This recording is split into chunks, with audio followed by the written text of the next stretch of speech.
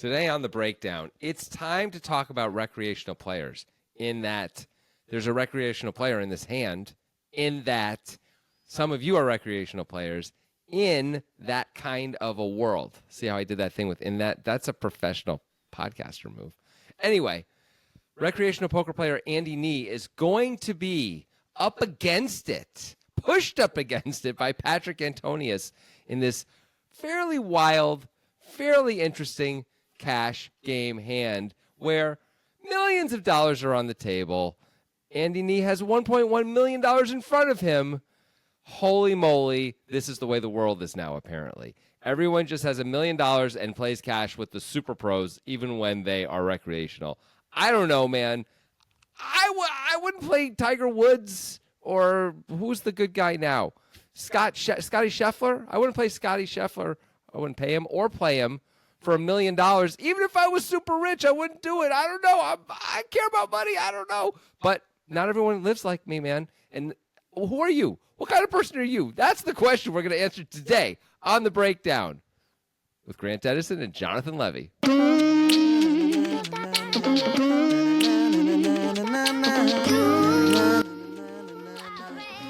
Is this like an interactive podcast, a self-discovery moment for the listeners? I think it is. They get to learn something not only about poker, but about themselves as well? You know, we some friends became enemies, some enemies became friends. We all grew a little bit, you know, all that. Is there a sweat lodge?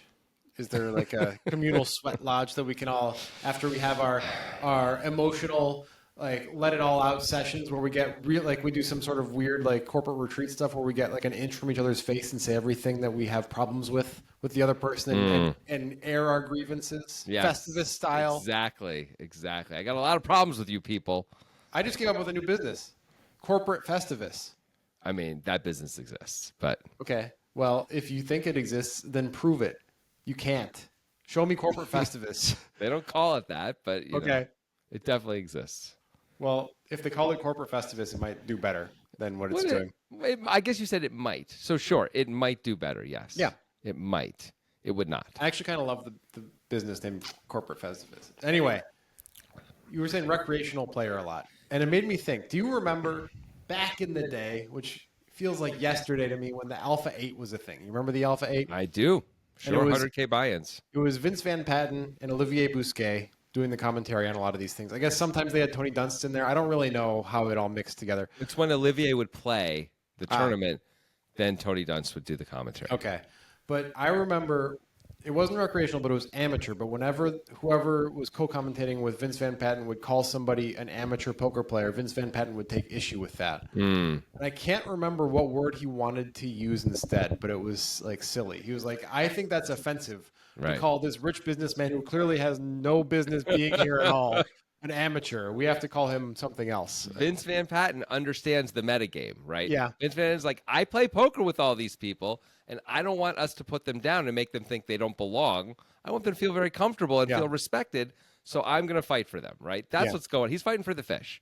What was it that he wanted them to be called? Somebody knows. It wasn't tourist and it wasn't civilian, but those are also... And it wasn't non-professional because that's too derogatory as well. I just can't remember what it was. I wish I could. Somebody knows. Maybe it's like no, probably inexperienced wouldn't go well either. No, it's not. There's no negative connotation about it. He like found some word that it was so like blowing smoke up their ass that it was amazing. Exactly. That's the job of Vince Van Patten. Beyond working on whatever commentary stuff he's doing, it's to make those people feel good enough that they're willing to play against him.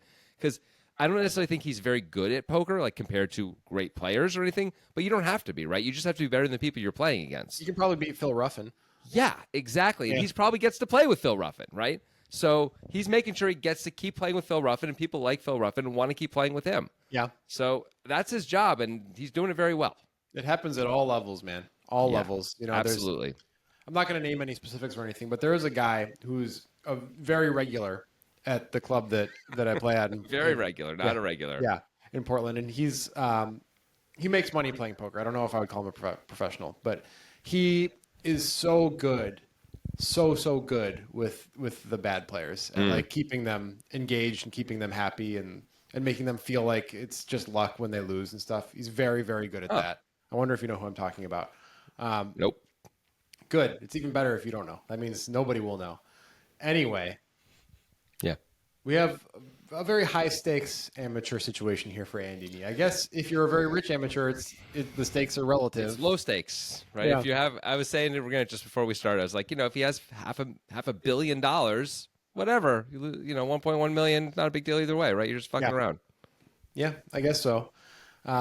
It's the Triton. It's the Triton cash game. So it's like the insane amounts of money that nobody else plays for, at least on TV, that we've ever seen. Right? Nobody's gotten close to the Triton numbers on TV. I think that's right. I mean, we do see now the $1 million cash game for Hustler Casino Live once in a while. So that's at least comparable at times. But this is 1K, 2K, 4K. Yeah. How often does that game even get that big? I don't know.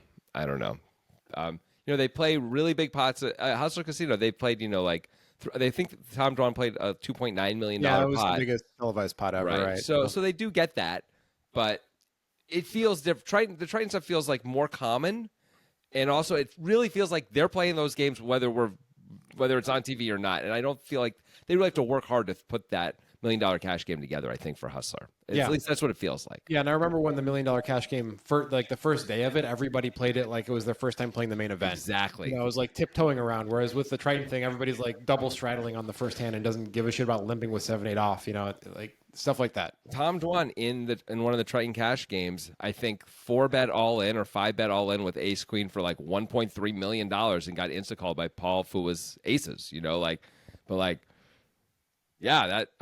that's not fear because it's common for them, right? Like, and you're right. But in that first day, everyone was really down on the $1 million cash game for Hustler because no one was willing to do anything. Yeah. They changed that, though. They figured that out, in fairness. Yeah, they added an ante, I think. Which, by the way, brings me to a quick bit of late poker news, but it's not even big news. And this happened like a month ago. Yeah. But I think it's interesting procedurally. Are you aware of this, Jonathan, that the Win is now doing the ante games for 5-10 and 10-20 for their no limit games? Nope. They have banned straddles and are now doing big blind ante. What do you think about that? I guess I did know that now that you say it that way. When you said ante games, I sort of took it in a different way in my head. Yeah. What do I think about that? I think that's totally cool. I'm the guy who's like, I think players should be allowed to go south if they feel they have too much money in front of them instead of either they have to get it from the table or play with more money than they want to play with. I still can't believe that you believe that, but I understand. Well, I worry about the fish. I protect the fish. I'm like Vince Van Patten over here. You're protecting the pros. It's different. Protecting the integrity of the game.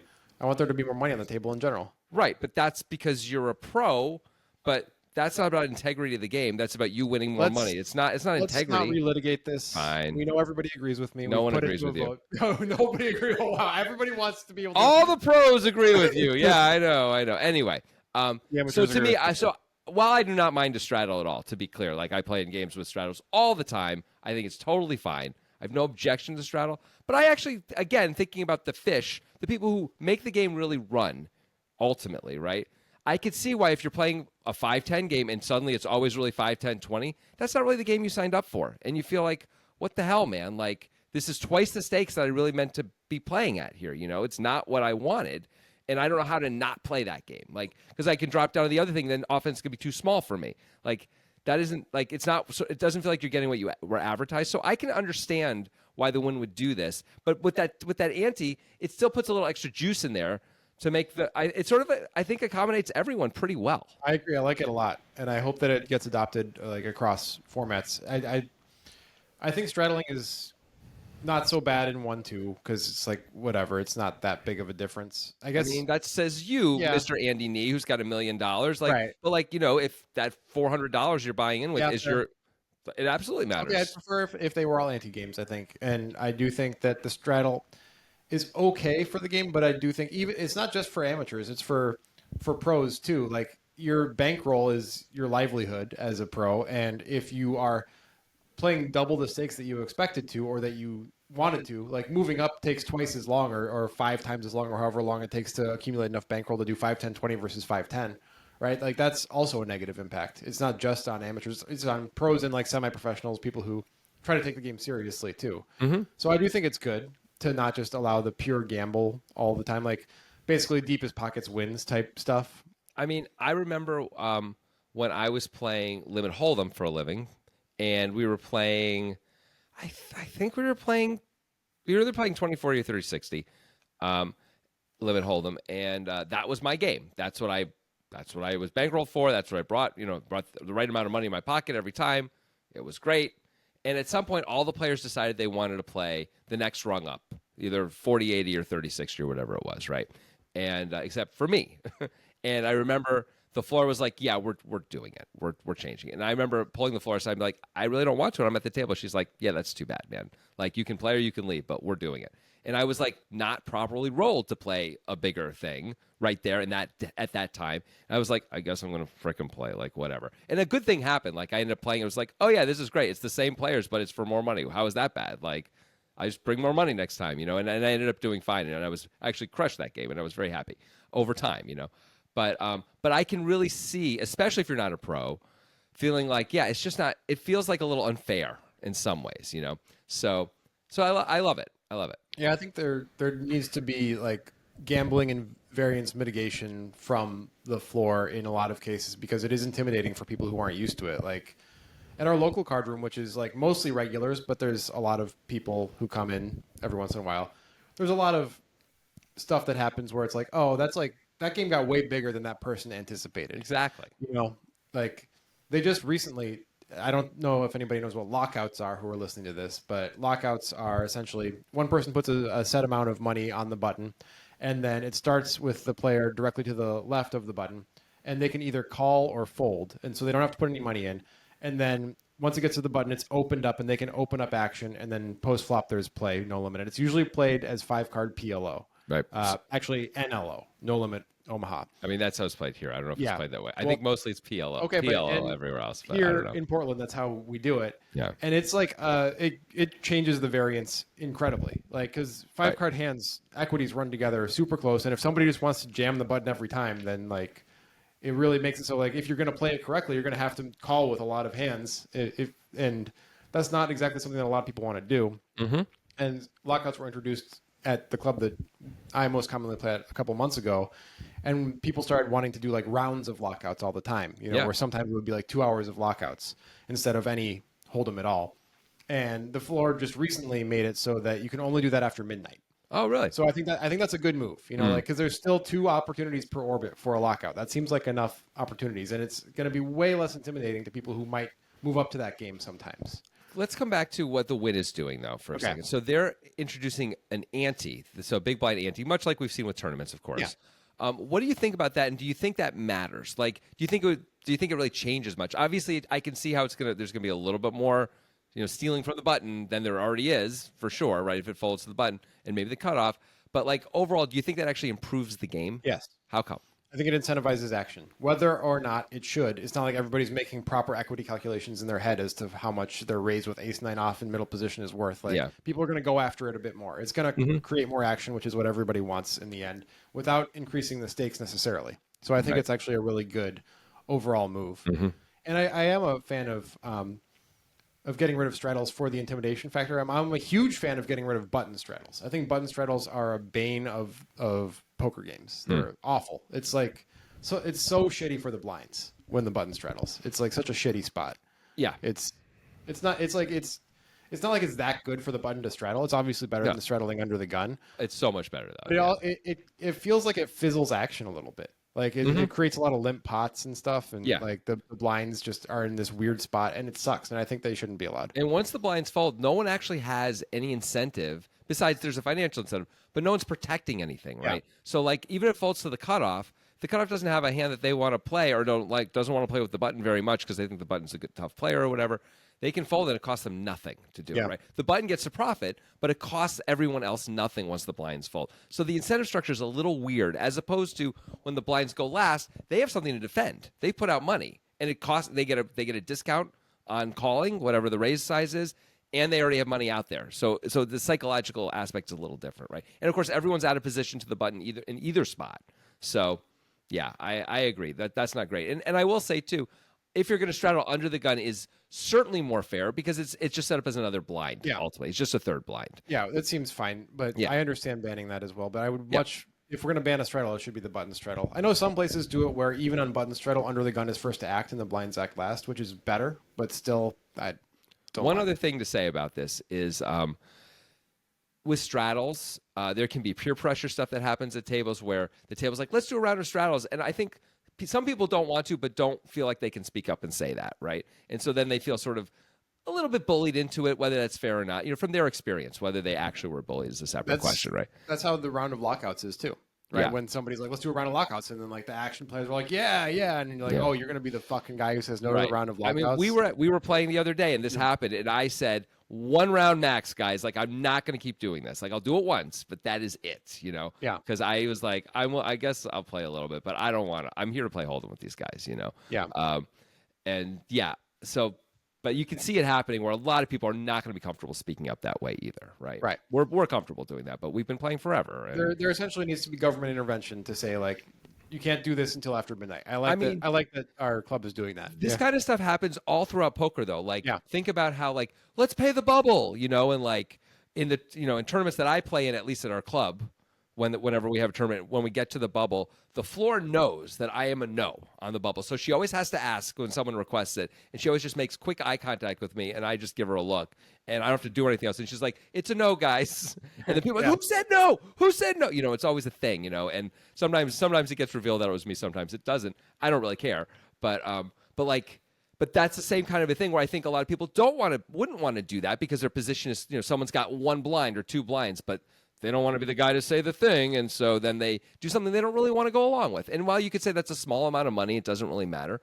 Everything matters a little bit, And if you get to, you should be able to, vote whatever way you want to vote. And I think a lot of people don't.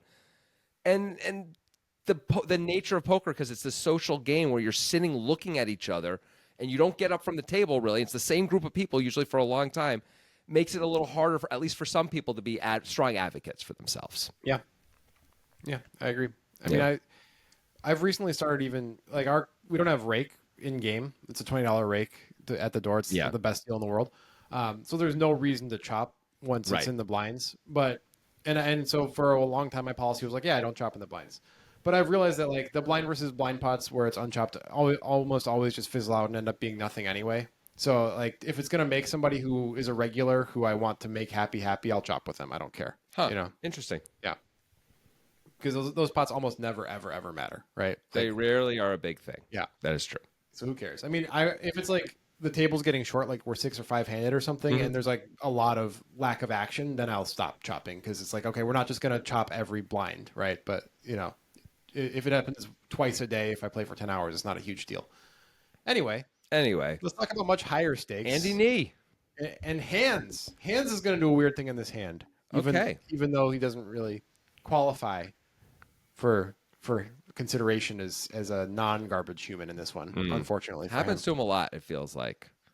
I mean, he gets garbaged. He gets garbaged once in a while. So as I said earlier, this was suggested by Casper, by the way, on Discord. If you have a hand you want to suggest for the breakdown, Discord has a suggest hand section. There's a link to Discord in the show notes. Hit it up.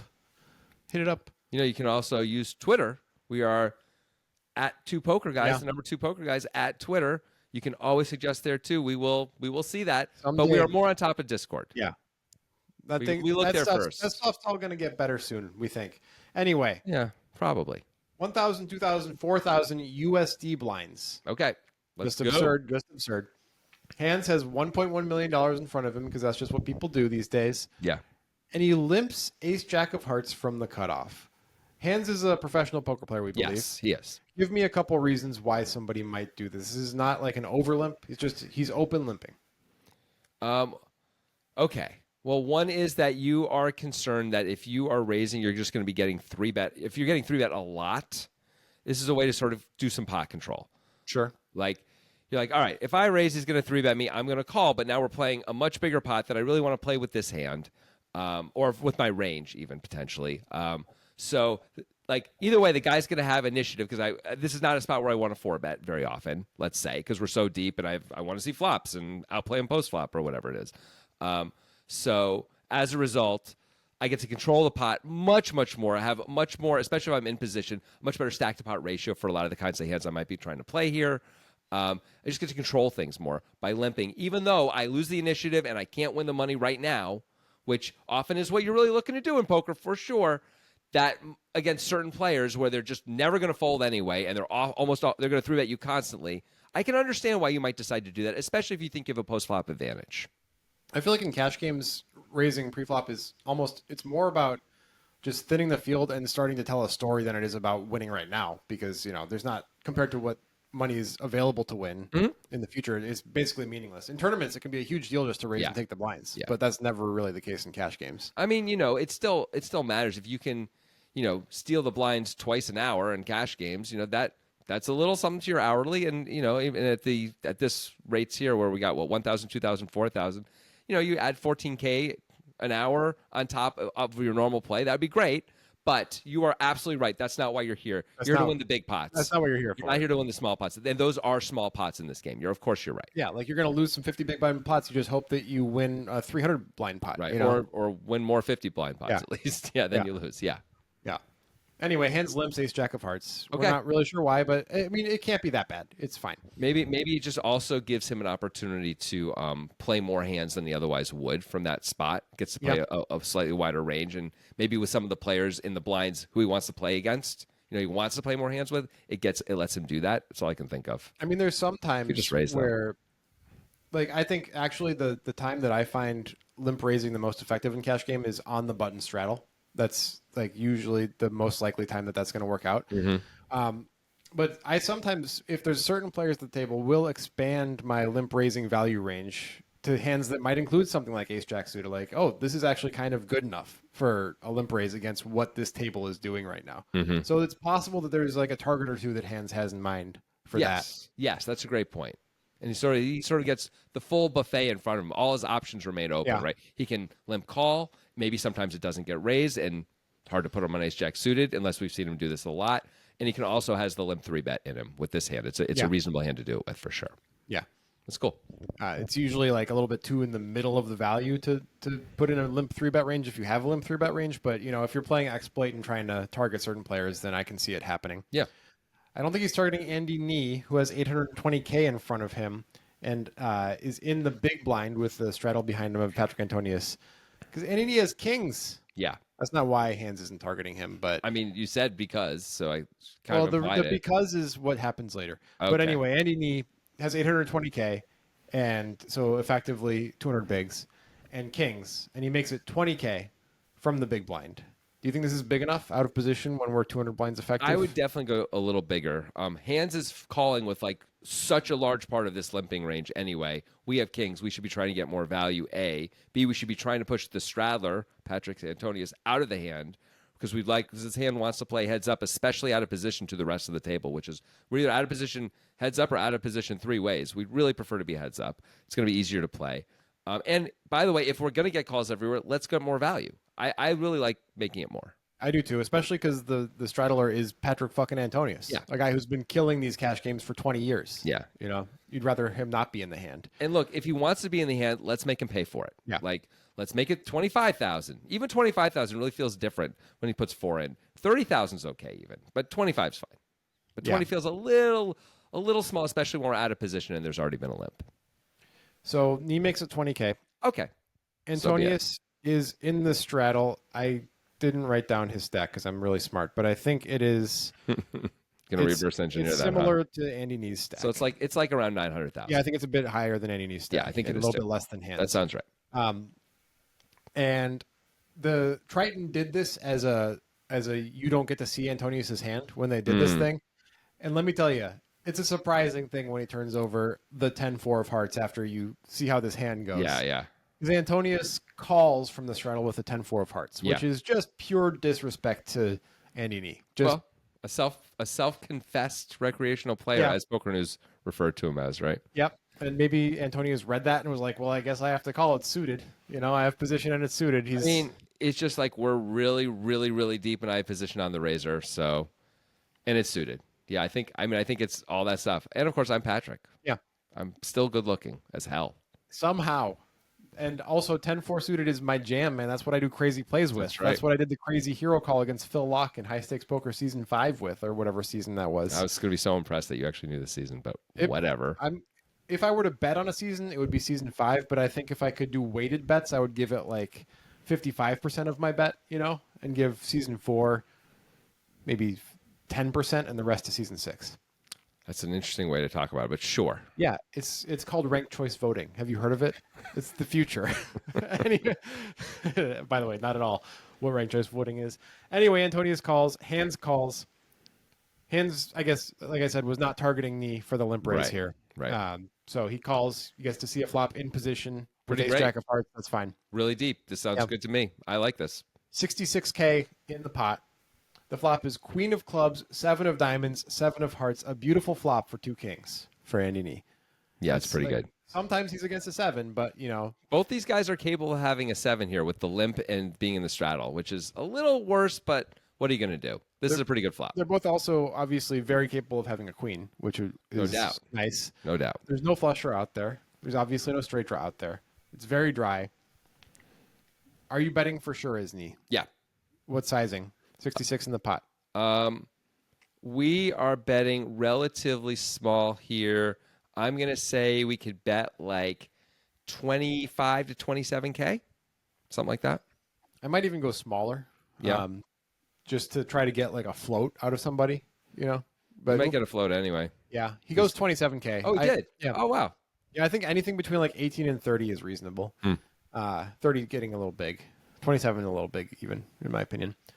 Anyway, Antonius has 10-4 of hearts, and of course he calls on the look, queen 7-7 with 1 heart. He's got a backdoor heart draw and a lot of chutzpah.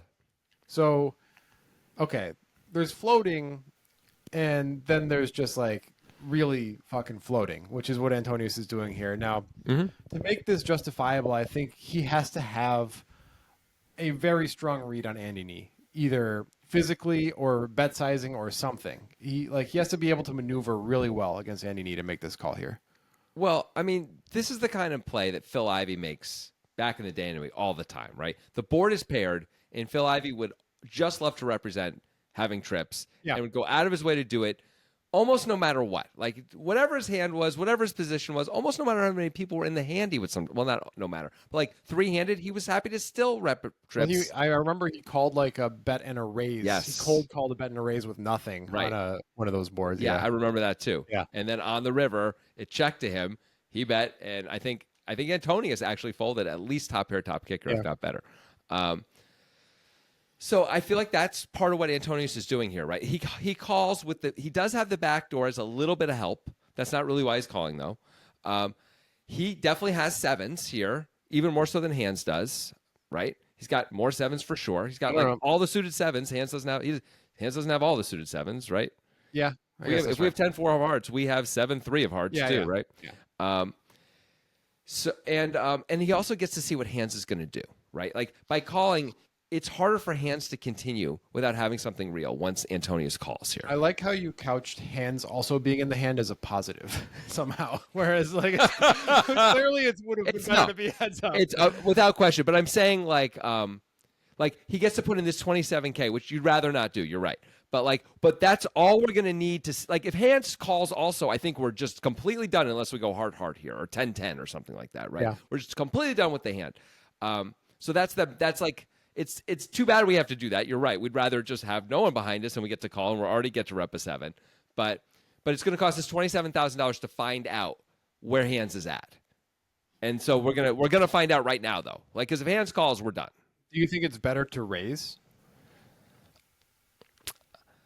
I don't know. I mean, how many 7s are we raising right now as Patrik?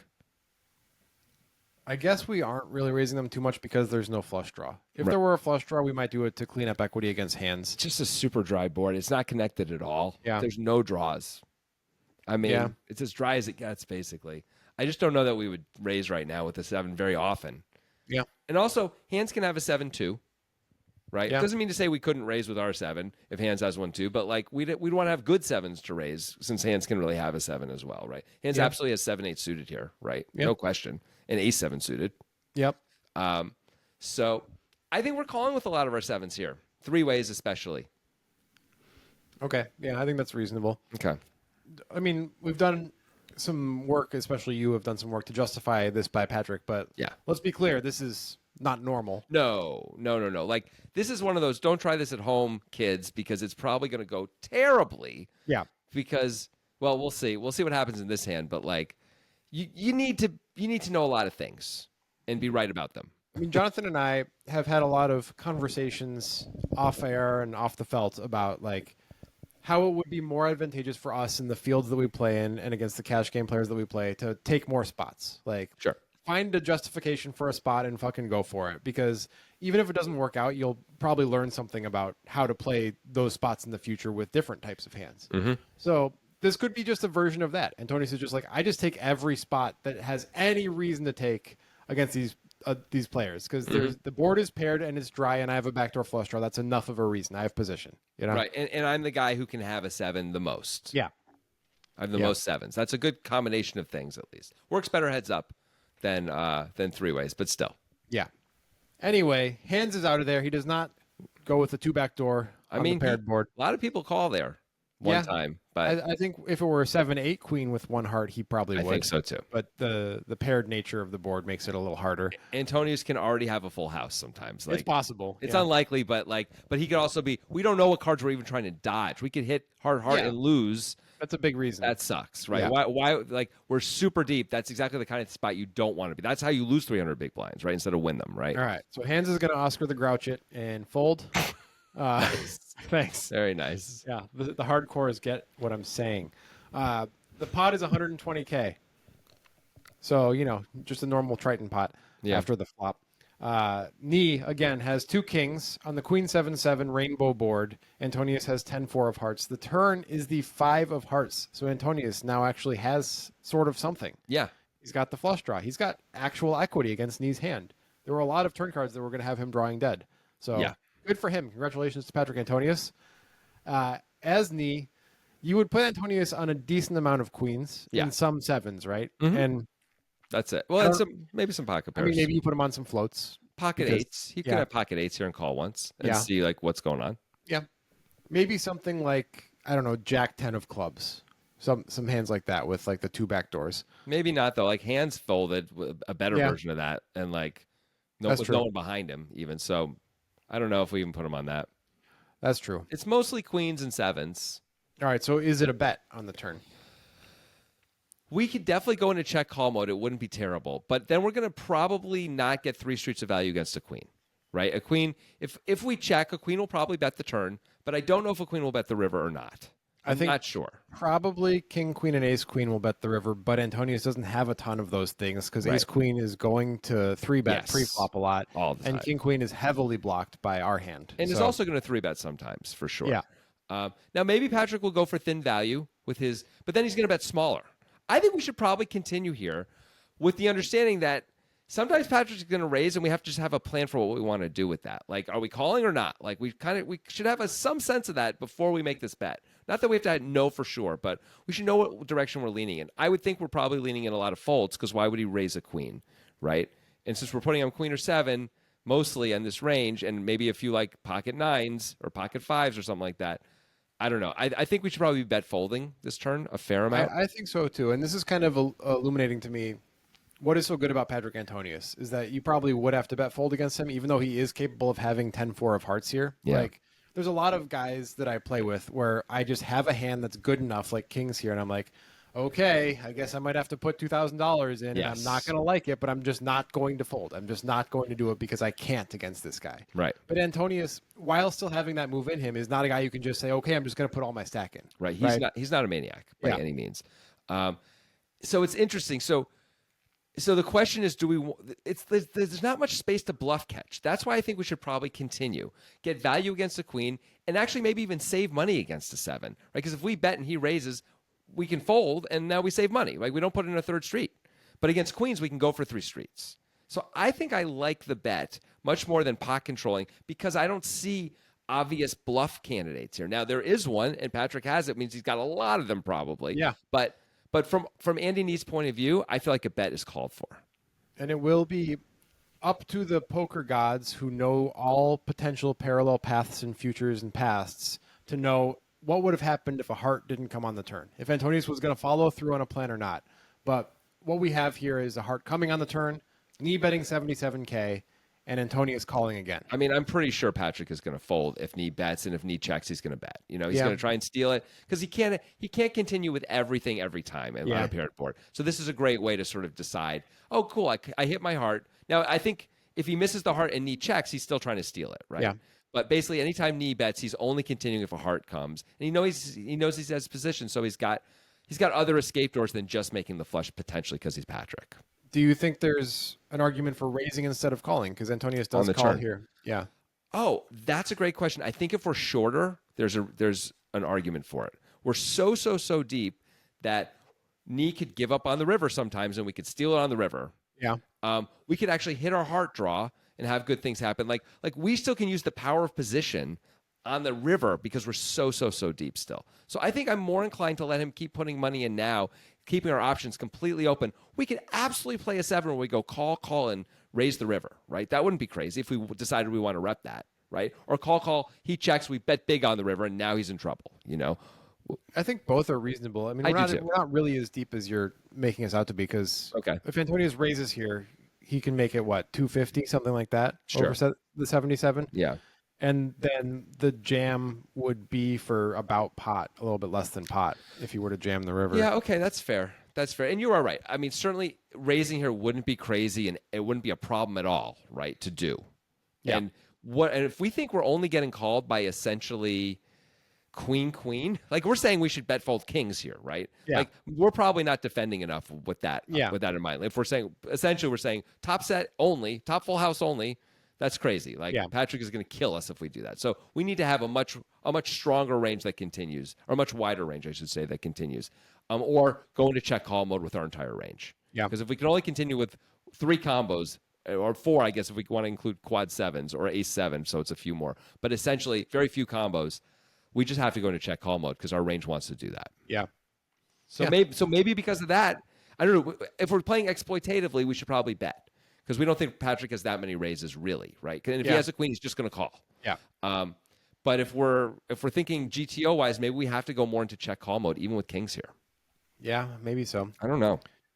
Anyway, Antonius calls. So knee bets, Antonius calls. Okay. We have queen 7-7-5 with 2 hearts. Knee has 2 kings.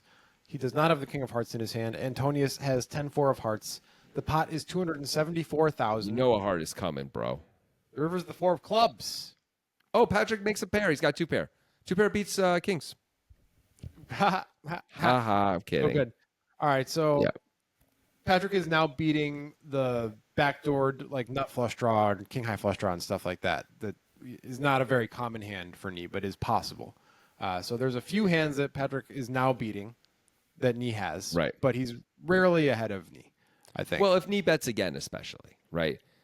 Yeah, I mean, knee could have ace jack of hearts, bet the flop, turn the heart draw, bet again, and give up on the and give up with ace high. Yeah, because it looks like Patrik is probably going to call with the queen, right? Speaking of betting again, should knee do that? Okay, I think he probably should. I guess if we think Patrik's going to go for thin value with the queen, I don't even know that it's thin value, by the way. But if he's going to bet a lot of his queens on the river, then we should probably check because we probably get value either way, and we get to pot control against 7s.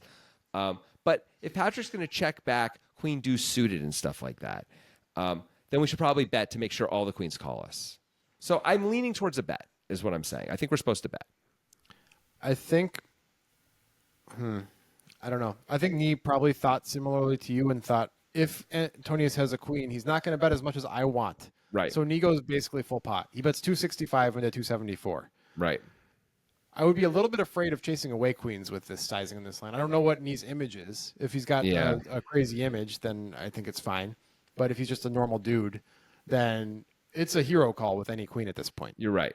He could bet really small. And also the nice thing about betting small is we actually are controlling the pot even in the face of a raise a lot of the time. Like we aren't necessarily, if we bet, how much is in the pot here? 274. I mean, we could bet 90, and Patrik can raise any amount he wants, and he's a pro, so he might. Yeah. But he also might make it 300, and it's almost the bet we made, and we get to showdown, even if we get raised now, Yeah. That's kind of cool. And we might induce some stuff. Yeah. Now, again, the question is, what are we inducing from? It's really hard to put Patrik on anything other than a queen or a 7, right? Yeah. So maybe that shouldn't be a big part of the thought process. Is there's nothing to induce from anyway. I get what Nee is doing. He's thinking like, Yeah. okay, I can bet this size, and Antonius isn't going to raise with a queen. He might raise me with a 7, and that's fine. I can just fold to that, and I can try to get maximum value from a queen. The only problem is if Antonius is going to fold queens sometimes against this Antonius size. should be folding queens sometimes because if we're right, and Antonius, besides the stuff that's automatic folds, like hands like this, right, which are essentially automatic folds to a pot size bet. We'll see what Patrick says, but in general, right, you're folding all the terrible parts of your range. The value stuff that would consider calling, like most of the queens have to get tossed, right? Like the good queens stick around, the very good queens stick around, and 7s stick around, and that's it, right? There's nothing else. Yeah. So that's a problem. Like, so queen deuce suited probably is folding for this price, and I don't know what queen 9's doing. Like, is queen 9 going to call? It can't beat anything, right? I think this should be a check from Nee.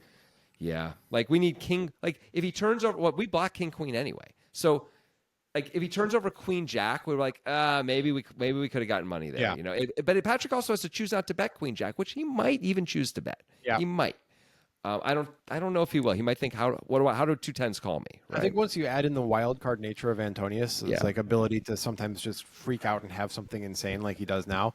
I think maybe check calling just makes everything a little easier. Yeah. Like sometimes we miss out on value a little bit, but that's not a huge deal versus what's going to happen. Yes, because Antonius moves in for 695 effective over Nee. He's repping a 7. I think he's not repping such a thin range here. He could have pretty much any 7 because if you had a 7, you'd be like, if he has queens, so be it. He gets the money, right? Like, good for you. You have queens full. You get the money. But I gotta charge ace queen plus basically, because that's what he's repping, right? And so there's a lot of hands that could, at least in theory, I'm repping this thought process. I'm not actually having this, could call me here. But would they? Like, what are kings supposed to actually do now that we've decided to bet, trying to get called by a queen, and Patrick just moved in on us? If we're Eric Person, I know what we're doing. But, like, what are we as actual good players supposed to do here? I mean, this fucking sucks, man. It's a terrible spot. Like, Antonius could have a 7. He could have 6-8 of hearts, by the way, which makes a straight on the river. I got to say, too, one of the things I like about this from Antonius, we're talking about he could raise the turn. It's the strongest looking bite. The longer you delay that raise, the stronger it looks, right? Because like, more things can happen, right? Like, you're saying, like, I'm not afraid of anything. I just want you to keep putting money in. I'm just going to give you all the rope in the world. That's what it feels like. Yeah. I think we're supposed to fold this hand, right? I mean, I do too. Queen. Which, I mean, if that's the case, we'd have to have a lot of iterations of this type of thing happening with Antonius to make this call here. We don't have a heart. So, like, I don't know. This is a really rough spot, and I think it's really cool for Antonius because I think he recognized, like, this dude is not going to call me unless he has queens full or a 7, right? Like, he has, like, or 7-8. Maybe he has 7-8 sometimes, but like, Antonius might know that he limps 7-8 pre, and even a 7 maybe because hand's already limped, and he's just completing essentially from the small blind. If you can eliminate, like, 8-7, 9-7, 6-7, 5-7 suited, I think he can. Maybe even ace 7, maybe all 7s except for pocket 7s. Maybe even pocket 7s. If we can eliminate all that, then this is like it's like a freebie except for pocket queens. I mean, you're printing money. Like, if Nee has value like he's representing, which he does, he has, queen, which is 3 combos, king, 6 combos, ace, 6 combos, and all of the ace queens. Right. And maybe even some king queen. Yeah, king queen too, because Patrick should never have ace queen. So if he's folding everything in there besides the 3 combos of queen, this raise prints. It's unbelievable. Prints money. It's unbelievable. Also, by the way, sometimes we have him beat, but we weren't going to call with the 4, and we get to win the pot instead of losing. Yeah. It, right. So, like, also any bluffs, if he has got ace jack of hearts here, he's bluffing, like, we get to win then too instead of folding on the river. So it's unbelievable the value that Patrick's getting out of this if this guy's going to be this tight. And the truth is, as Nee, maybe what we need to do, it's weird because, like, a good player goes for thin value in these spots in general, but we have to ask ourselves, if we're gonna fold so much of our range, if we're like, well, I'm bet folding kings here, that means we're bet folding everything, right? Yeah. Except for queens. That means that's a bad spot to be in. Like, yeah. And so let's give, even though it's hard to come up with, maybe Patrick will value bet thin or whatever. This also, by checking here, it's easier for them to play against us down the road because they know we're not going thin for value. Like a guy like Patrick. I think check call actually is by far the best play for Nee here. And I think check range is the best play for Knee here on the river. I'm thinking about this because if Knee has his best hand, which is Queen's full, I mean, except for quad sevens, but let's say Queen's full for a second. Yeah. Then Antonius has a lot of sevens because queens are heavily blocked, Yeah. and he is going to bet those, and we can try to get the whole stack in instead of just trying to get, like, if we bet pot, I guess Antonius is jamming He's probably a 7. jamming a 7 anyway, so I don't think that matters. Yeah. Yeah, but he's going to have some bluffs, though. Like, if we have queens full, then Antonius basically either has a 7 or a bluff most of the time. Well, if he jams, you mean? Oh, no, if we check. Yeah. I mean, but again, it's so hard to come up with bluffs. Now that we've seen his hand, it's easier. Yeah. But if in Knee's seat, I can understand why you're just like, he should. Is he bluffing a queen? Is that what he's doing? He's turning a top pair into a bluff here when he could just call because he blocks queens full, and I don't really have many 7s. That's hard to believe versus he just has a 7, has been slow playing it, right? Yeah. It makes so much more sense and is easier to believe. So much because Patrick could easily call with top pair. Yeah. You just go call. I think without expansive history, Knee does have to fold here. Yeah. And that's why I think check calling is probably the better play. Yeah. But it's hard to know that in the moment that Patrik Antonius, well, you're probably aware of who he is and that he's capable of a lot of things. It's like hard to put him on being capable of this. Right. It's one thing to be as Knee's seat and be thinking like, well, the game tree that I'm playing out that I'm actually going to do practically is essentially bet fold almost everything. So I shouldn't bet because I'm getting so exploited. Yeah. But if you sit there and you're like, but he's not going to raise a queen and he is going to raise a 7, so I'm going to get basically perfect information. There shouldn't really be any bluffs here, so the game tree's fine.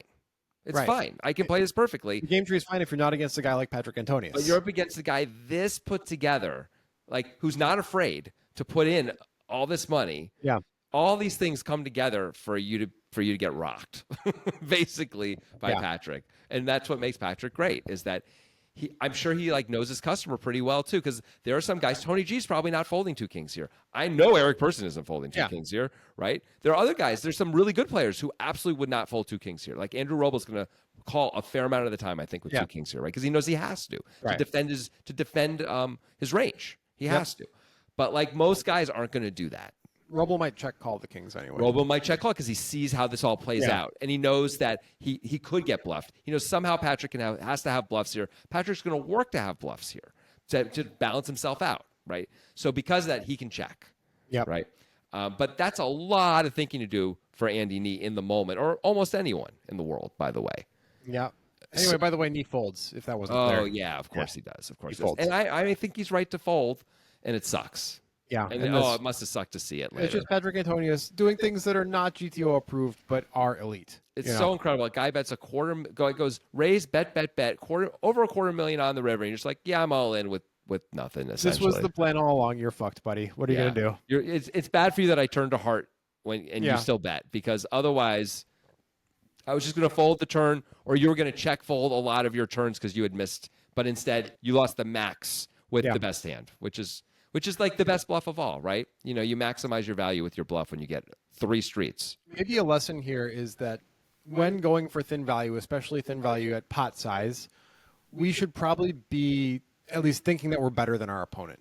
You know, that we're not going to get outplayed a lot by our opponent. I think if we're doing this against players who are better than us, that we know are clearly better than us, we just might be in territory that's a bit too unfamiliar. So I think it's okay. I don't know, man. I kind of disagree. One of the things that make you worse than your opponent is that you're not willing to go for thin value, and your opponent knows that about you.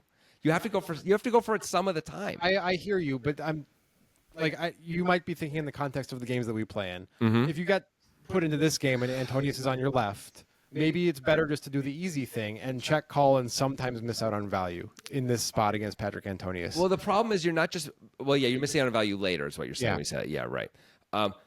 I mean, Patrik Antonius lives for putting people like us in those kinds of spots, right? So that way we are more predictable and easier to play against, right? That's what he wants. He wants to know where we're at all times, and it makes it easier for us, or easier for him, when we take the easier path. Not that we're going to be in this spot anyway, so it doesn't really matter for us, right? We're fine. But I hear you, and to some degree, you don't want to play super fancy against great players, because they're fancier and they thought through all these spots and you haven't. So there's parts of the game tree you're just going to fuck up. I mean, let me rephrase it. Okay. How about this? If you are clearly at a theoretical disadvantage to your opponent, simplify the game tree as much as you can. Okay, that's a better way to think of it, right? Yeah. Doesn't mean we shouldn't bet thinly for value, but simplifying the game tree is good. Yeah, give yourself easier decisions, less decisions and less ways to get exploited. Right. So let's play this out one other way here. We're Andy Nee. We check the river. Yeah. I guess Patrik won't think he needs to go for the really big boy bluff. He might bet the same amount that Need. Yeah, he just has to bet pot and assumes he's going to take it I down. call. Right, yeah, that's what would happen. Yeah. But if Nee had a hand that he was more willing to fold, pot size bet would probably do it. Like Patrik doesn't have to go all in or anything like that because he's never going to put Nee on kings. Yeah. Well, not never, but that's not going to be a big. That's not going to be what he's targeting. Antonius right? might just tap the table with his 4 and hope that Nee had some sort of ace high. That's true, actually. He might be like, because also now it looks like Nee's in pot control mode. Yeah. And if Nee's going to call us with all the better hands, it's just if Nee has like jacks or something like that where you could get him to fold or tens. You'd really love to do that. You don't expect to bet on the turn with those hands. You really don't. Nee's really supposed to have at least a good queen here. Yeah. That's a good point. And all those hands should be check calling the river, right? Yeah. Although if we make it big enough, it's kind of hard for those hands to call because what the hell do we have? We're turning a queen into a bluff? Really? I mean, it's possible. The story is tough, man. It's just a really good, tough story. It is. That's why the check call it would be so much easier for Nee. You know, like him betting makes Antonius have an opening. Exactly. Oh man, it's tough. It's tough to play. It's tough to play against Patrik Antonius, which is why I will never do it. Yeah, we really love playing against predictable players. It would be nice if everybody could just tell me what they had every hand. Really, I mean, please do. Yeah.